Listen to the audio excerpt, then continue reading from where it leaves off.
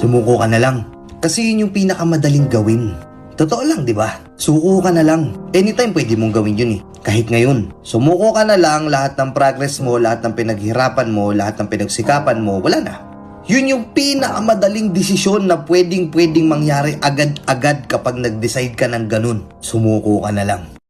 Mas mahirap magpatuloy eh, kasi hindi mo alam kung ano mangyayari. Mas mahirap magpatuloy, mas mahirap lumaban, pero kapag nagpatuloy at lumaban ka, lahat ng pinapangarap mo, lahat ng gusto mo mangyari.